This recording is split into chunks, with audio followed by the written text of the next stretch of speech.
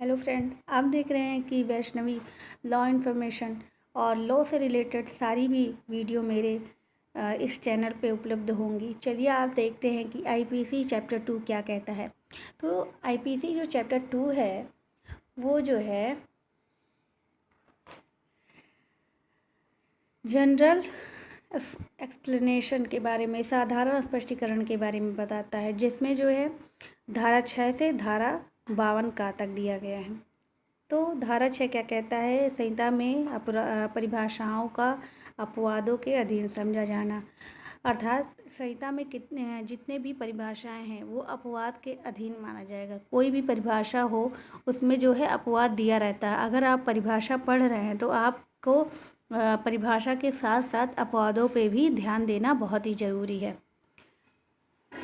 Example यहाँ देखिए कि यहाँ परिभाषा हत्या की दी गई है, ठीक। और फिर उसमें अपवाद ये है कि 7 वर्ष से कम आयु का कोई भी बालक वो दोषी नहीं माना जाएगा।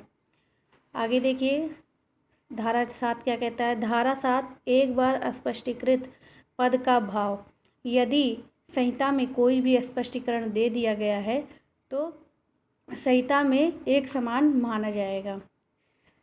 एग्जाम्पल, यदि अपराध को किसी धारा में परिभाषित किया गया है तो संहिता में कहीं भी अपराध शब्द आएगा तो वो वही माना जाएगा।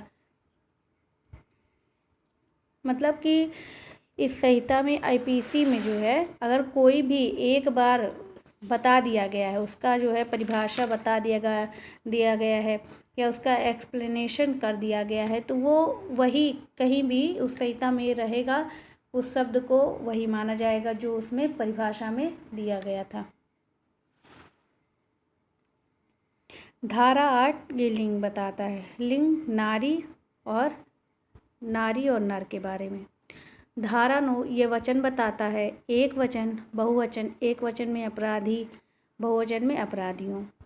धारा 10 फ्रेंड्स ये पुरुष और स्त्री का बताता है। पुरुष स्त्री से तात्पर्य किसी भी आयु का पुरुष और किसी भी आयु की स्त्री।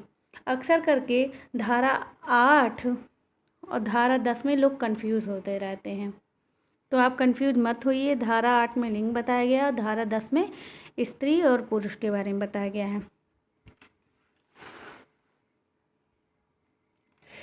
धारा 11 ये व्यक्ति को बताता है। व्यक्ति हमारा ये देखिए छोटू सा व्यक्ति है और व्यक्ति के अंतर्गत कौन कौन आता है? कंपनी का संगम, व्यक्ति का निकाय, चाहे वह निगमित हो या अनिगमित हो। चलिए आगे देखते हैं कि सेक्शन हमारा 12 क्या कहता है, धारा 12 क्या कहती है। धारा 12 ये लोक के बारे में बताती है। लोक में वर्ग और समुदाय दोनों आता है। वर्ग जो है जनसंख्या का कोई भी वर्ग होता है और समुदाय जो है ये बहुत सारे वर्ग को मिला के समुदाय बनता है। वर्ग समुदाय का सबसे छोटा हिस्सा है। धारा 13 ये 1950 में निरसित कर दिया गया है। और धारा 14 सरकार का सेवक।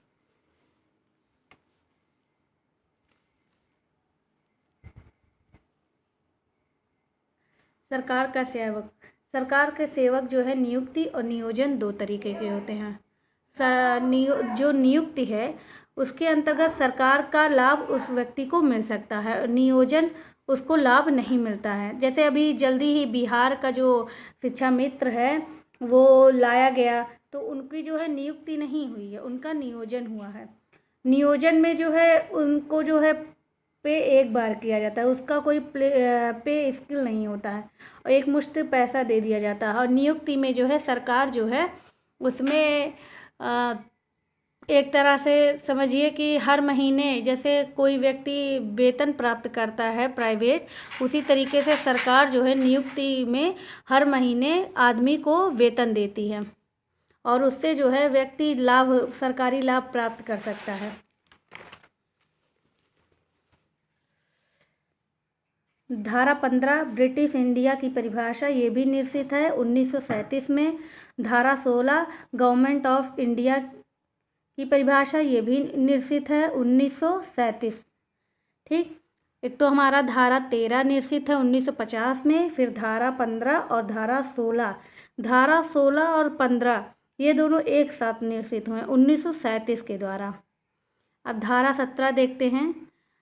धारा 17 जो है ये सरकार को बताती है। सरकार, केंद्र सरकार और राज्य सरकार।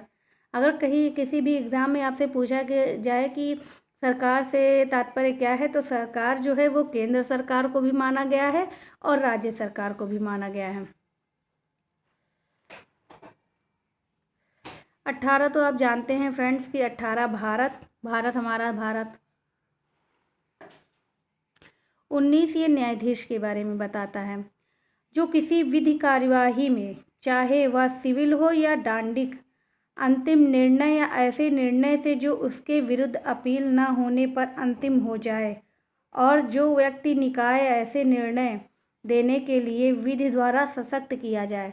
न्यायाधीश से वे व्यक्ति, साधारण भाषा में समझिए, वो तो परिभाषा हो गई। साधारण भाषा में न्यायाधीश वो व्यक्ति है जो विधि द्वारा चुना गया हो, चाहे वो आपराधिक मामले में हो, चाहे वो सिविल मामले में, चाहे वो आपराधिक कोर्ट में बैठा हो, चाहे वो सिविल कोर्ट में बैठा हो, उसे न्यायाधीश माना जाएगा। और उसको जो है निर्णय देने का पूरा अधिकार होगा, और उस निर्णय की जब तक मतलब कहीं अपील ना होती हो तो वो अंतिम निर्णय माना जाएगा। धारा 20 देखते हैं। धारा 20 ये न्यायालय के बारे में बताता है। ऐसा निकाय जो विधि द्वारा न्याय के लिए सशक्त किया जाए, जहाँ पे न्यायाधीश पीठासीन अधिकारी बैठता है। न्यायालय जो है राज्य सरकार द्वारा नियुक्त स्थान पे बनाया जाता है, उसी को न्यायालय कहते हैं। और न्यायालय में जो है आदमी को, नागरिकों को या व्यक्ति को, या कोई भी व्यक्ति हो जो पीड़ित है, उसको न्याय मिलता है और उसके साथ कोई छल कपट नहीं किया जाता है। ये देखिए हमारा छोटा सा यही न्यायालय है, ये एडवोकेट का सिंबल है। आगे देखिए धारा 21 क्या कहता है। ये लोक सेवक के बारे में बताता है। तो लोक सेवक और बाकी वीडियो हम नेक्स्ट वीडियो में देखेंगे 21 से लेके 25, क्योंकि 21 से लेकर 25 जितने भी ये सेक्शन है ये थोड़े लेंदी सेक्शन है। अभी देखिए आप 6 से लेके 20 तक थोड़ा शॉर्ट ये है, तो आप एक तरह से जान गए।